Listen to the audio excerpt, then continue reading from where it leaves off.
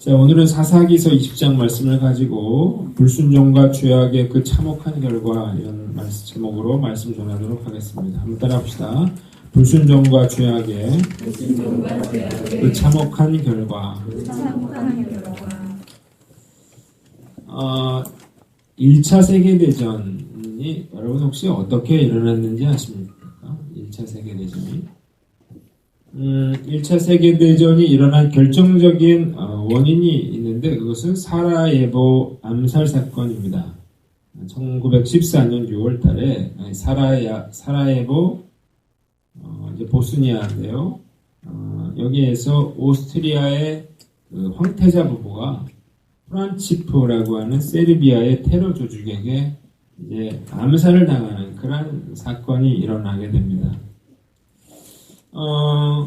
이제 이게 원인이 돼가지고 이제 그 세계 대전이 일어나게 되는데 뭐 이유가 이거 딱 한 가지다 이렇게 말하기는 어렵지만 이 사건이 방아쇠를 당겼다 이렇게 우리가 볼 수 있습니다.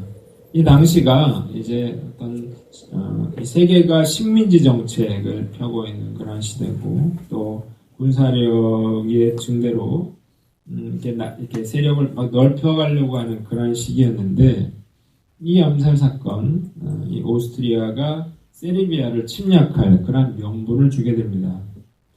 자, 이 오스트리아가 독일하고 이제 동맹을 맺게 되는데 그리고 이제 세르비아에게 굴욕적인 그런 요구를 하게 돼요. 그런데 이제 세르비아가 이제 사건이 일어났으니까 요구를 이제 대부분 이제 수용을 해주게 되는데 그런데도 불구하고 오스트리아가 세르비아에게 선전포고를 하게 된다고요. 그러니까 이제 세르비아가 다급해졌잖아요.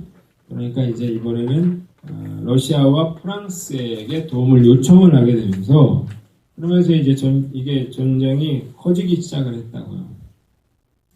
자, 그런데 여기 이제 영국까지 가세를 하게 되는데 그건 이제 독일이 그 프랑스를 침공하기 위해서 벨기에 중립국이죠. 벨기에를 이제 공격을 하게 되는데 이걸 빌미로 이제 영국까지 참전을 하게 돼서 이제 그 러시아, 프랑스, 영국 그리고 오스트리아, 독일, 이탈리아 이렇게 해가지고 1차 세계 대전이 시작이 됩니다. 근데 여기다가 또 미국이 참전하게 되는 것은 미국의 그런 배를 그 일반대죠. 이걸 이제 독일의 유보트가 이제 공격을 하게 되면서 이제 미국도 참전하게 되고 그리고 일본하고 중국까지 이제 가세하게 되면서 전 세계적인 그런 전쟁이 돼버리고 말아요. 이 전쟁은 이 오스트리아, 독일, 이탈리아의 삼국동맹의 패배로 이제 그 4년 반 만에 끝이 나게 되는데 이 세계대전으로 무려 1,500만 명이 죽게 됩니다. 문제는 여기서 이제 전쟁의 불씨가 꺼진 게 아니라 미국은 전쟁의 피해를 전혀 입지 않았잖아요. 근데 전쟁이 일어나면서 경제적으로 강국으로 떠오르게 됩니다. 러시아는 볼셰비키 혁명이 성공하면서 이제 레닌이죠. 그래서 이제 소련이라고 하는 강대국으로 부상을 하게 되고 그리고 이제 독일은 전쟁에서 패했으니까 이제 배상금을 물어야 되잖아요. 여기에 불만을 가졌는데 그러면서 경제가 피폐해지면서 이렇게는 안 되겠다 이러면서 나타난 사람이 누구예요? 히틀러가 이제 독일을 다스리게 되면서 그러면서 이제 군비 증강을 막 하게 되고 그래서 이제 또다시 2차 세계대전이 일어나게 됩니다.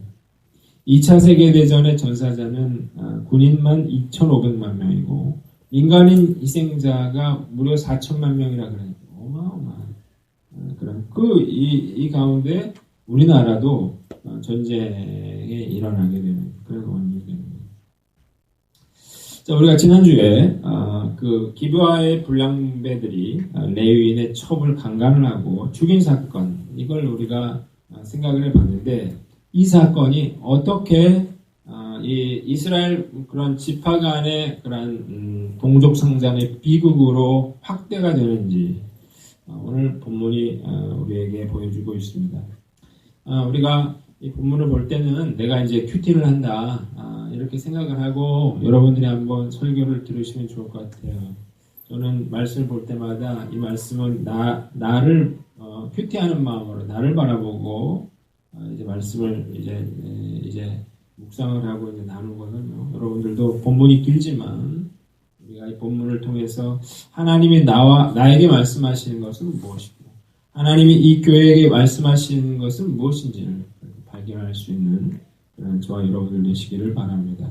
본문은 세 가지로 이제 구분을 해서 저는 이제 생각을 해보려고 그러는데요. 첫 번째는 이스라엘의 온 지파가 베냐민 지파의 징계를 결의했다는 것입니다. 따라합시다. 이스라엘 온 지파가 베냐민 지파의 징계를 결의했다. 자, 1절로 11절을 보면 이스라엘 지파가 이제 청문회 같은 거를 하게 돼요. 그래서 이제 이 레위인을 불러다가 자초지종을 이제 말하도록 합니다. 뭐 당연하겠죠. 시신을 찍어가지고 11개로 나눠가지고 지파별로 보냈으니까 얼마나 놀랐겠어요. 그러니까 이 총회가 모여가지고 레위인을 불러서 이게 어떻게 된 일이냐고 이제 묻게 되는 거예요. 자, 그런데 우리가 첫 번째로 생각해 볼 건 뭐냐면 레위인의 왜곡된 보고입니다. 자, 4절로 7절을 보면 레위 사람이 이제 보고를 하게 돼요. 그러면서 내가 내 첩과 더불어서 기브아에 유숙을 하게 되는데 기브아 사람들이 밤에 우리 집을 에워싸고 그리고 나를 죽이려 하고 또 첩을 엿보여서 죽겠다. 그래서 내가 그거를 쪼개서 온 땅에 보냈는데 이것은 이스라엘 중에서 이런 음행과 망령된 그런 행동이 있으면 되게 되냐는 거예요. 그래서 너희가 이 일에 대해서 해결책을 내라. 이렇게 증언을 하게 됩니다. 그런데 우리가 여기서 이제 살펴볼 건 뭐냐면 이 레위인의 이야기가 약간 사실과 다르다는 거예요. 자, 여기 보면 지금 무슨 얘기 첫째로 뭘 얘기를 안 하냐면 이 레위인의 첩과 자기의 그런 관계라든 행적에 대한 이야기를 말하지 않습니다. 또 뭘 얘기를 안 해요? 레위인은 그 첩이 왜 죽게 됐는지를 설명을 잘 안 한다고요. 원래 어떻게 됐어요? 자기를 끌어내려고 했잖아요. 그 여자를 죽인 게 아니라.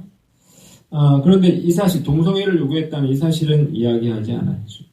그러니까, 그 자기의 부도덕함을 숨기고 첩이 죽게 된 여자를 내준 건 누구예요? 자기가 내줬잖아요. 이걸 동기를 감춤으로써 여인의 죽음에 대한 어떤 책임 회피를 하려고 하는 것을 보게 됩니다. 자, 이러니까 완전 억울하게 된 거잖아요. 그러니까 이 총회에 참석한 그런 사람들의 분노를 극대화시키면서 그러면서 이제 그 전쟁의 상황까지 가게 된다는 겁니다. 그리고 또 뭐라고 했어요? 왜 열둘로 시체를 찍어서 보내느냐? 그건 뭐예요? 이스라엘이 음행과 관련된 망령된 일을 행했기 때문이다. 그렇게 말을 했어요. 자, 사실 왜 이렇게 찍어서 보냈나요? 개인적인 복수를 위해서 이렇게 한 거거든요. 그런데 이게 마치 이스라엘 그런 민족의 정의를 세우기 위해서 자기가 이렇게 하는 것처럼 지금 그럴싸하게 포장해서 말하고 있다는 것입니다. 이걸 보면서 깨닫게 되는 것은 사실을 우리가 이렇게 왜곡하지 말아라 하는 거예요. 자, 많은 사람들이 우리가 이렇게 레위인처럼 행동할 때가 많이 있어요. 뭐냐면 어떤 일을 당했을 때 내가 내 관점으로만 이야기하고 또 내가 불리한 점을 숨기고 나한테 유리한 쪽으로 이렇게 이야기하는 경우가 많아요. 우리 아이들을 보면 특히 그런 경우가 많은데 아이들 보면 분명히 싸웠는데 불 얘기를 들어보면 잘못한 애는 하나도 없어요. 이렇게 되는 거거든요. 근데 우리도 말을 할 때 습관적으로 불리한 거는 이야기를 안 하지 않고 이렇게 사실을 왜곡해서 그렇게 자기의 억울함을 호소하는 그런 경우가 생각보다 많이 있다는 것입니다. 중요한 건 팩트예요, 팩트. 사실이 중요해요. 자, 우리가 이렇게 왜곡해서 말하는 습관 이런 것들이 오늘 이 레위인이 행한 것처럼 아주 큰 문제로 그렇게 비화될 수가 있거든요. 우리가 말할 때 그런 왜곡된 그런 말을 하면 안 돼요. 그건 하나님 기뻐하시는 일이 아니죠. 들을 때도 마찬가지입니다. 여러분이 누군가 나에게 어떤 이야기를 하면 우리가 그 얘기를 들을 때 고지고대로 들으면 안 된다는 거죠. 왜냐하면 이렇게 왜곡해서 이야기할 가능성이 굉장히 높기 때문에 중요한 거는 뭘 들어야 되냐면 팩트를 들어야 되는 거예요. 그 사람이 얼마나 화가 났느냐가 아니라 그 일의 본질은 뭐냐, 어떤 일이 일어났는지를 먼저 우리가 듣는 게 중요하죠. 자, 아이들 싸움이 어른들 싸움이 되는 경우가 있는데요. 그건 왜 그래요?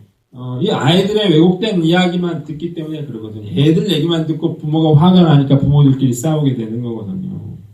성도 간에도 마찬가지다는 거죠. 우리가 또 팩트가 중요한데 이 감정으로 인해서 서로 이렇게 다투는 그런 원인거리가 될 수 있겠다는 거죠.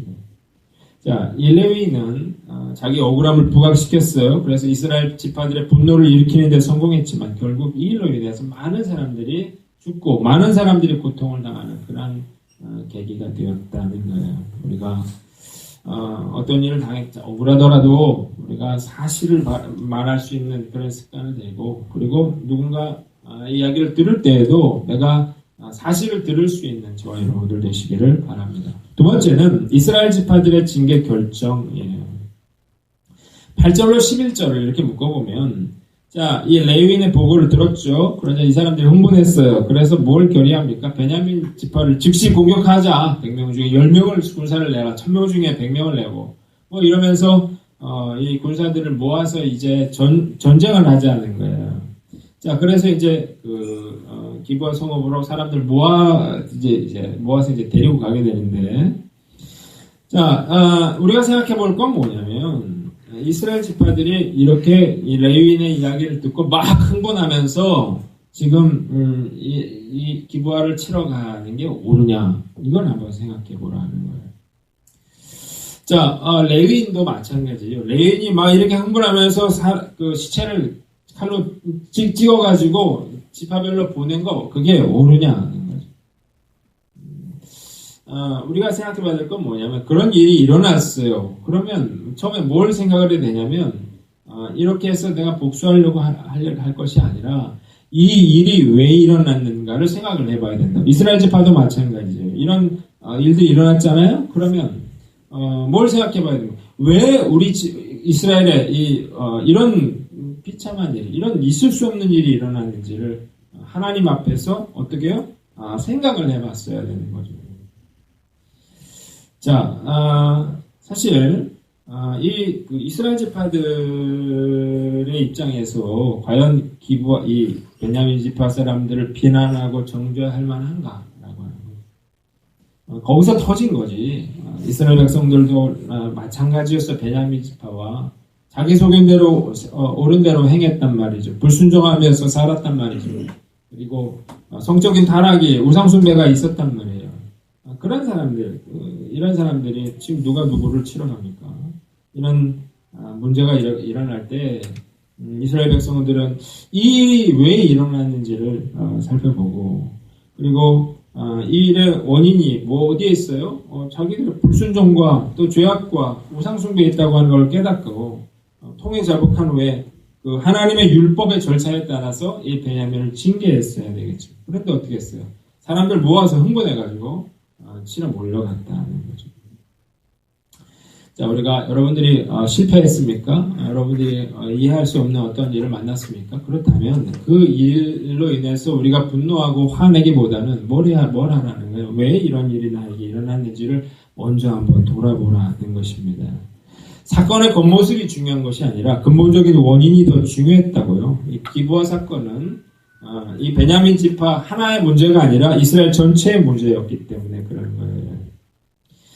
자, 우리가 이런 일들이 일어나게 되면 누군가를 이제 탓하기에 바빠요. 누구 때문이라고 생각하고요. 자, 그러나 우리가 누군가의 잘못을 탓하기 전에 이 일이 나에게 왜 일어났는지 먼저 스스로를 돌아보라는 것입니다. 자, 기부와의 불량배들이 문제가 아니고 문제는 하나님 말씀을 버리고 불순종하고 나하고 싶은 대로 살았던 이스라엘 전 지파의 죄악으로 인해서 이 일이 일어났더라는 거예요. 그러니까 우리가 생각해보면 내 가정은 어떤가? 나는 지금 누구를 탓하고 원망하고 있나? 내 직장은 어떤가요? 나는 지금 누구를 탓하고 누구를 원망하고 있나? 우리 교회는 어떤가요? 지금 나는 누구를 탓하고 누구를 원망하고 있나? 과연 하나님 보실 때 누가 누구에게 돌을 던질 수 있을까요? 우리가 어려운 일이 생기면 분노하는 것보다 더 먼저 해야 될 일은 왜 이런 일들이 일어나는가를 생각해 보는 거야. 누군가를 막 책임을 돌리기보다 내가 하나님 앞에서 하나님이 나에게 주시는 사인이 무엇인가를 우리가 생각하고 그 하나님 말씀 앞에 설 수 있는 저와 여러분들 되시기를 주님의 이름으로 축원합니다. 두 번째는 자 12절로 14절 이제 두 번째 단락인데요. 베냐민 지파가 총회의 권위를 무시했다는 것입니다. 한번 따라 봅시다. 베냐민 지파가 총회의 권위를 무시했다. 자 12절로 14절 보니까 이스라엘 지파들이 이제 몰려갔어요. 그래서 기브아에게 사람들을 보냈습니다. 이 악행이 어떻게 된 일이냐는 거예요. 그러면서 이 불량배들을 우리에게 넘겨서 우리가 그들을 처벌하게 하라고 이야기를 했는데 뭐라고 했습니까? 베냐민 자손이 그들의 말을 듣지 않았습니다. 도리어 성읍으로부터 기브아에 모이고 나가서 이스라엘 자손과 싸우고자 했다. 이렇게 기록이 되어 있습니다. 자, 당연한 거잖아요. 이런 사람을 이 폭행해서 죽였는데요. 그런데 이 사람들 처벌을 하려고 이 사람들 끌어내라고 했더니 안 된다고 싸우자고 덤비는 건데 왜 그랬냐? 이걸 생각해 보자는 거예요. 첫 번째 이유는 이들이 총회의 권위를 인정하고 싶지 않았기 때문에 그렇습니다. 니네가 뭔데 우리한테 뭐라 하냐는 거죠. 근데 사실 이게 있을 수 없는 일인 게 뭐냐면 이스라엘은 12지파로 이루어진 언약 공동체라고요. 신앙 공동체라고요. 그러니까 모든 지파는 총회의 권위를 인정하고 그 결정에 따라야 할 책임과 의무가 있었습니다. 자, 그러나 이 베냐민 지파는 독단적이고 또 자기중심적이었기 때문에 이 총회의 그런 말을 거절했어요. 자, 총회의 권위는 하나님으로부터 나온 것이었기 때문에 반드시 베냐민 지파는 이 총회의 권위에 순복해야만 했습니다. 우리가 권위를 부정하는 것은 하나님을 부정하는 거예요. 권위 주인은 나쁘지만 권위라고 하는 것은 하나님으로부터 나온 것입니다. 자, 왜 자식이 부모의 권위에 순종해야 되나요? 부모가 자식을 낳아줬기 때문이 아니에요. 부모가 자식에게 뭘 잘해줬기 때문이 아니에요. 하나님이 어떻게 해요? 부모라고 하는 권위를 줬다고요. 그래서 자식은 부모에게 공경할 책임과 의무가 있는 거예요. 왜 백성들이 지도자들의 권위에 순종해야 되는가요? 그것은 그 사람들이 정치를 잘하고 못하고가 아니에요. 하나님이 그들에게 권위를 주셨기 때문에 순종하는 거죠. 왜 성도들이 목회자의 권위에 순종해야 됩니까? 그거는 목회자 잘나서가 아니라 하나님이 목회자에게 권위를 줬기 때문에 그런 거예요. 근데 요즘 사람들은 권위를 인정을 안 한다고요. 그래서 부모의 권위도 인정 안 하고 선생의 권위도 인정 안 하고 지도자의 권위도 인정 안 해요. 자, 그러나 분명히 알아야 될 것은 권위를 무너뜨리면 혼란이 오고 그리고 그것이 그들에게 해로 돌아간다는 사실을 알아야 됩니다. 불량배들을 처벌하겠다라고 하는 요구는 너무나 당연한 것이었는데 이걸 무시했잖아요. 그래서 어떻게 됐어요? 베냐민 지파가 거의 멸절될 위기에 처하게 됩니다. 저는 국민이 뽑은 대통령은 비록 정치를 잘하냐 못하냐 이걸 떠나서 절대로 물러나라 이런 요구를 해서는 안 된다 이렇게 봅니다. 왜냐하면 그 대통령은 하나님이 세우신 대통령이라고요. 비록 내가 안 찍었다 하더라도 어떻게 해요? 하나님이 세우신 대통령을 누가 내려오라 그래요. 그런 식으로 끌어내리면 도리어 나라가 극도의 혼란에 빠지게 됩니다. 자,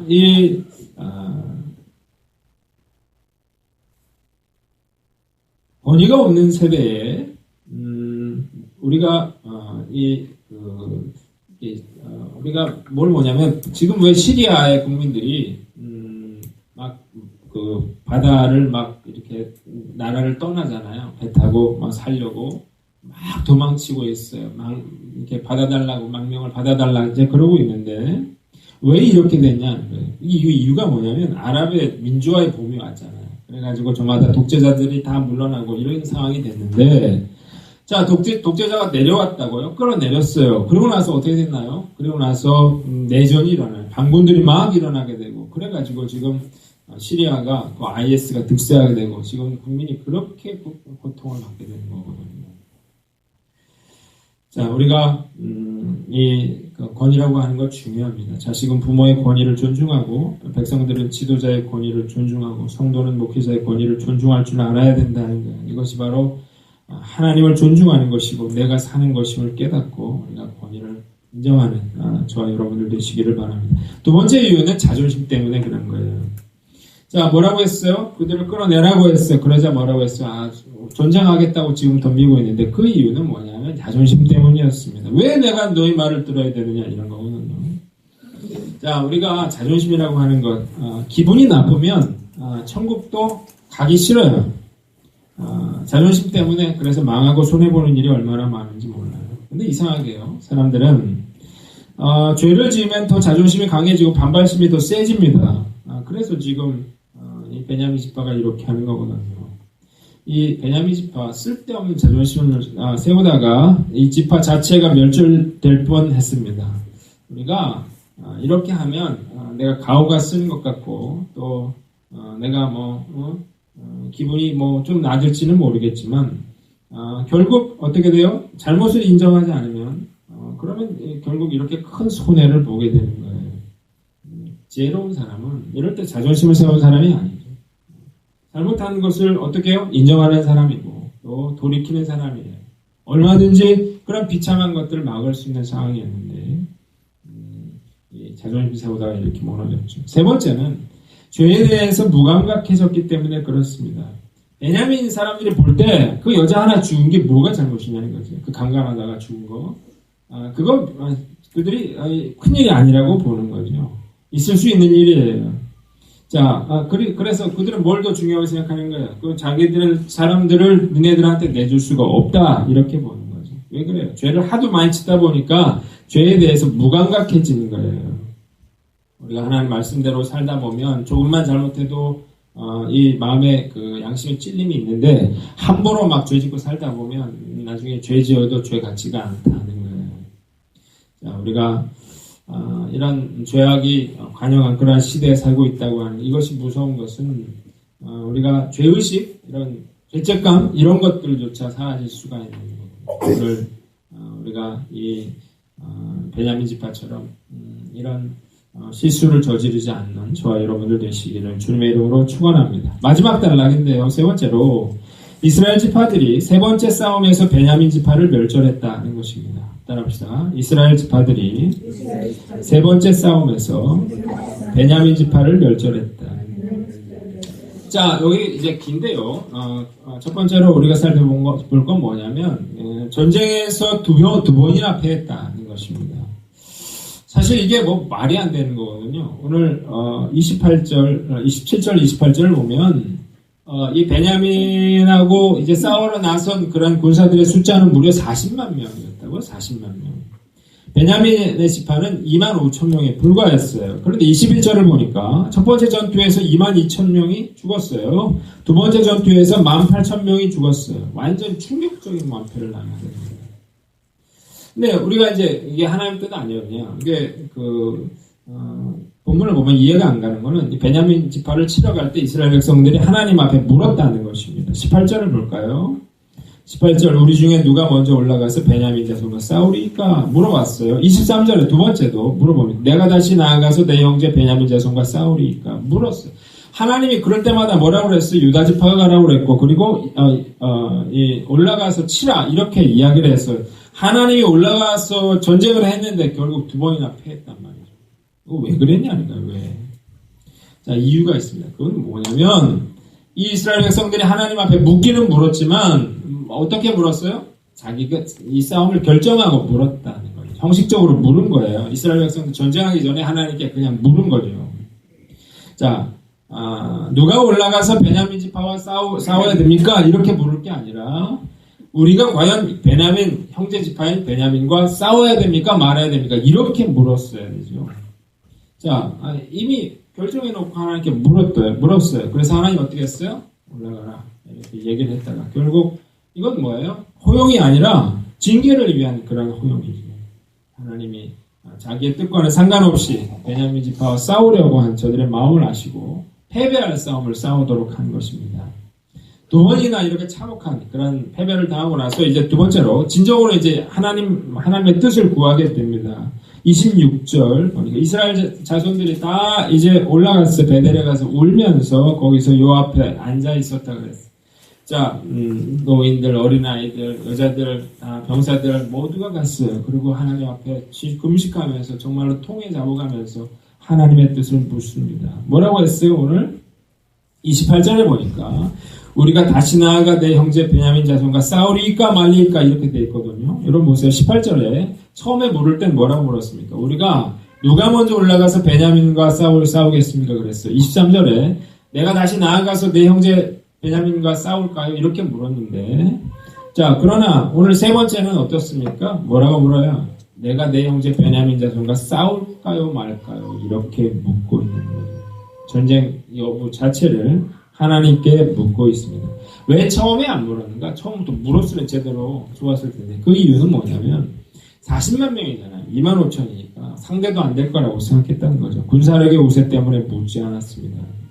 그리고 자기가 그렇게 원했어요. 싸움을 원했기 때문에 지파 간의 전쟁에 대해서 하나님 앞에 물을 생각이 별로 없었던 거예요. 하나님은요.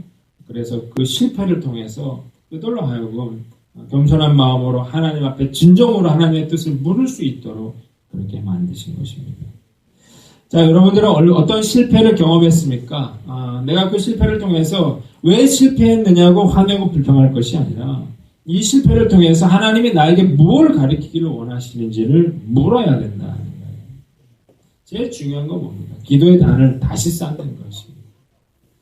기도하지 않으면요, 결국 내가 하고 싶은 대로 하게 됩니다. 기도를 해야 내가 하나님의 뜻을 구하게 되고, 그리고 하나님의 그 뜻에 순종하게 되는 거예요. 이스라엘 백성들은 어떻게 알았습니까? 두 번의 뼈저린 실패를 통해서 그들이 깨달았어요. 우리 교회 어떤가요? 여러분들은 어떤가요? 기도의 단이 무너지면 결국은 실패하게 됩니다. 기도하지 않고도 잘 살 수 있는 방법은 없습니다. 교회 어떤 기도의 단, 새벽 기도라든지, 수요 예배라든지, 이런 것들 여러분들 내려놓은 분들이 있으면 그걸 반드시 일으켜야 돼요.